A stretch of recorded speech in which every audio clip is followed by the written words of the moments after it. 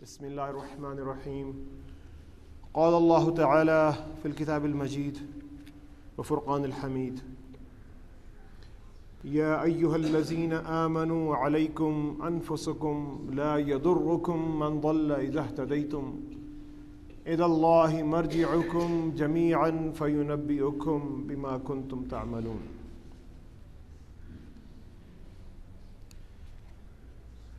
حضرات، ہم اگر اپنے معاشرے کا آج کل کے جو حالات ہیں اس کا جائزہ لیں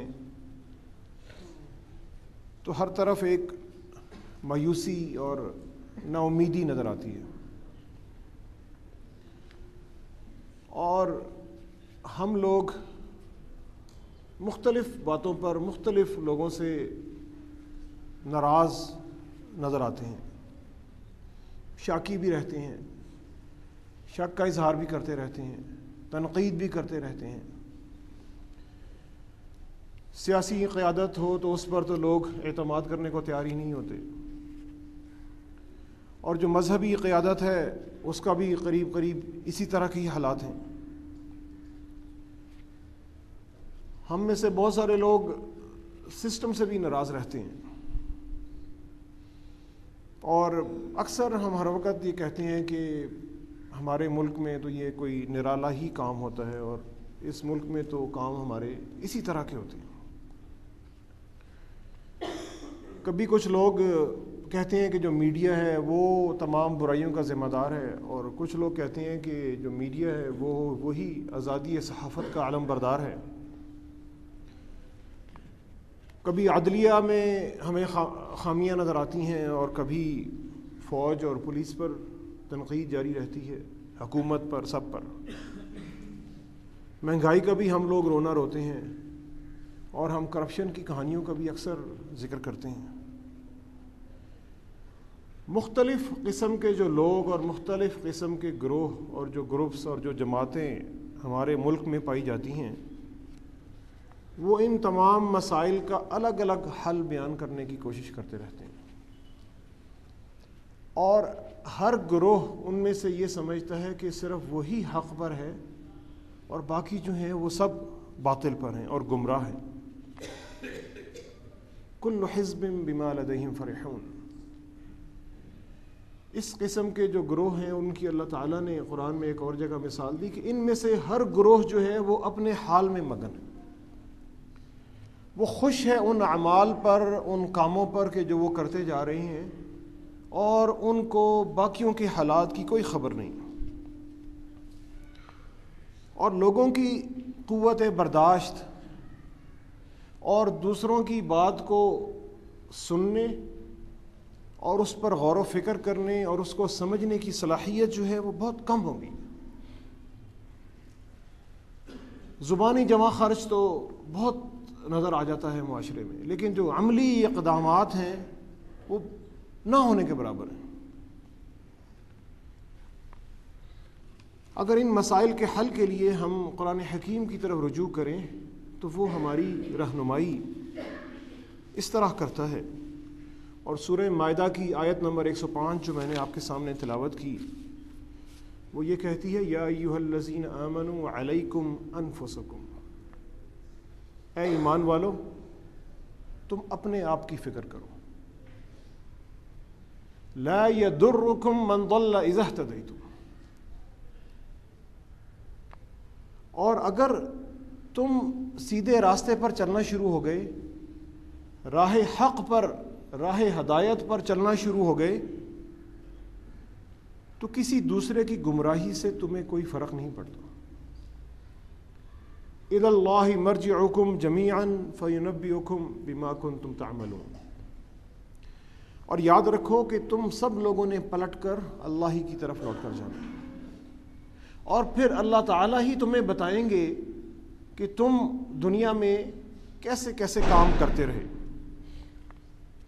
یعنی کافر کو بھی جانا ہے اور مسلمان کو بھی جانا ہے، بڑے کو بھی جانا ہے اور چھوٹے کو بھی جانا ہے، سپاہی کو بھی جانا ہے اور جنرل کو بھی جانا ہے، اور وزیر کو بھی جانا ہے، اور کسی خاص خواص کو بھی جانا ہے، اور عام آدمی کو بھی جانا ہے۔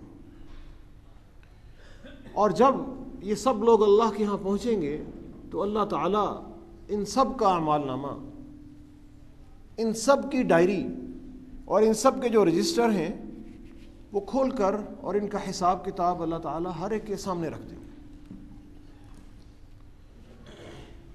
یا ایھا الذین آمنوا علیکم انفسکم، اے ایمان والو تم اپنی خبر لو، تم اپنے آپ کو ٹھیک کرنے کی کوشش کرو۔ یہ معاشرہ، یہ جو سوسائٹی جس میں ہم رہتے ہیں، یہ کن چیزوں سے بنتا ہے؟ یہ زمین سے اور بلڈنگوں سے اور سڑکوں سے اور پہاڑوں سے اور دریاؤں سے اور صحرا سے معاشرہ نہیں بنتا۔ یہ تو ایک بے جان چیزیں ہیں۔ معاشرہ افراد سے مل کر بنتا ہے، معاشرہ لوگوں سے مل کر بنتا ہے۔ ہر فرد اپنی ذاتی اور اجتماعی زندگی میں معاشرے کی ایک اہم اکائی کا کردار ادا کرتا ہے، اور اگر افراد جو ہیں وہ معاشرے سے نکل جائیں تو یہ جو بلڈنگز ہیں اور سڑکیں ہیں اور عالی شان عمارتیں ہیں، یہ خالی رہ جاتی ہیں۔ تو یہ آہستہ آہستہ جو گھر خالی رہ جاتے ہیں، ہم نے دیکھا ہے کہ وہ کھنڈر بن جاتے ہیں۔ تو یہ عمارتیں کھنڈر بن جاتی ہیں، یعنی افراد جو ہیں وہ وہی معاشرہ بناتے ہیں، وہی معاشرہ بناتے ہیں اور وہی معاشرے کو بگاڑتے بھی ہیں۔ اگر لوگ مجموعی طور پر کسی معاشرے میں اچھے ہوں تو وہ معاشرہ اچھا کہلائے گا، اور اگر کسی معاشرے میں چاہے کتنی ہی سڑکیں صاف کیوں نہ ہوں اور بلڈنگیں کتنی ہی عالی شان اور آسمان کو چھونے والی کیوں نہ ہوں، اور اگر لوگ اس معاشرے کے اچھے نہ ہوں تو وہ معاشرہ اچھا کبھی بھی نہیں کہلائے گا۔ اسی لیے علامہ اقبال نے یہ کہا تھا کہ افراد کے ہاتھوں میں ہے اقوام کی تقدیر، ہر فرد ہے ملت کے مقدر کا ستارہ۔ یعنی افراد سے مل کر ہی ملت بنتی ہے، انہی سے مل کر قوم بنتی ہے۔ اسی لیے اللہ تعالیٰ نے سوسائٹی کو اور معاشرے کو اچھا کرنے کے لیے جو ہمیں پہلی تعلیم دی ہے، وہ اللہ تعالیٰ نے ہمیں اپنے آپ کو ٹھیک کرنے کی تعلیم دی۔ ہم اکثر ایسی چیزوں کے بارے میں شکوہ کرتے ہیں کہ جن پر ہمارا کنٹرول کوئی نہیں ہوتا، جن پر ہمارا کوئی اختیار نہیں ہوتا۔ جیسے دفاتر میں ہم اکثر دیکھتے ہیں کہ جو ماتحت لوگ ہیں وہ اپنے افسر کے بارے میں شکایات کرتے رہتے ہیں کہ یہ میرا جو افسر ہے یہ اس طرح کا ہے اور اس طرح کا ہے۔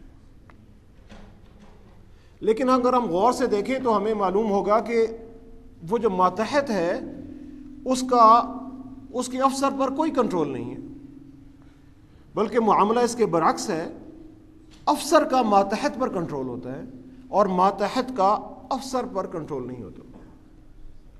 اور اسی طرح ہم معاشرے میں ایسی چیزوں کے بارے میں نشاندہی کرتے رہتے ہیں کہ جن پر ہمارا کنٹرول یا تو بالکل نہیں ہوتا یا اگر ہوتا ہے تو بہت کم ہوتا ہے۔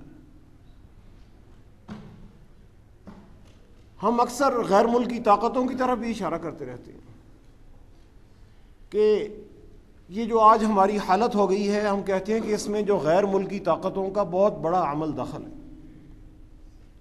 اور بات صحیح بھی ہے، سچی بھی ہے، لیکن ہم صرف یہ بات کہہ کر ہی خاموش ہو جاتے ہیں اور کوئی بھی عملی کام ایسا نہیں کرتے کہ جس سے ہماری ملت، ہمارا ملک آزاد اور خود مختار بن سکے۔ اور اس طرح کی کئی مثالیں اگر ہم سوچیں تو ہم اپنی روزمرہ زندگی میں نکال سکتے ہیں۔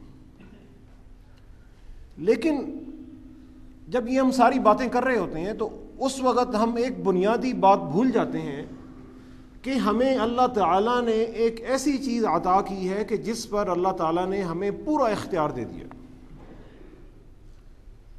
اور وہ چیز کون سی ہے؟ وہ چیز ہماری اپنی ذات ہے۔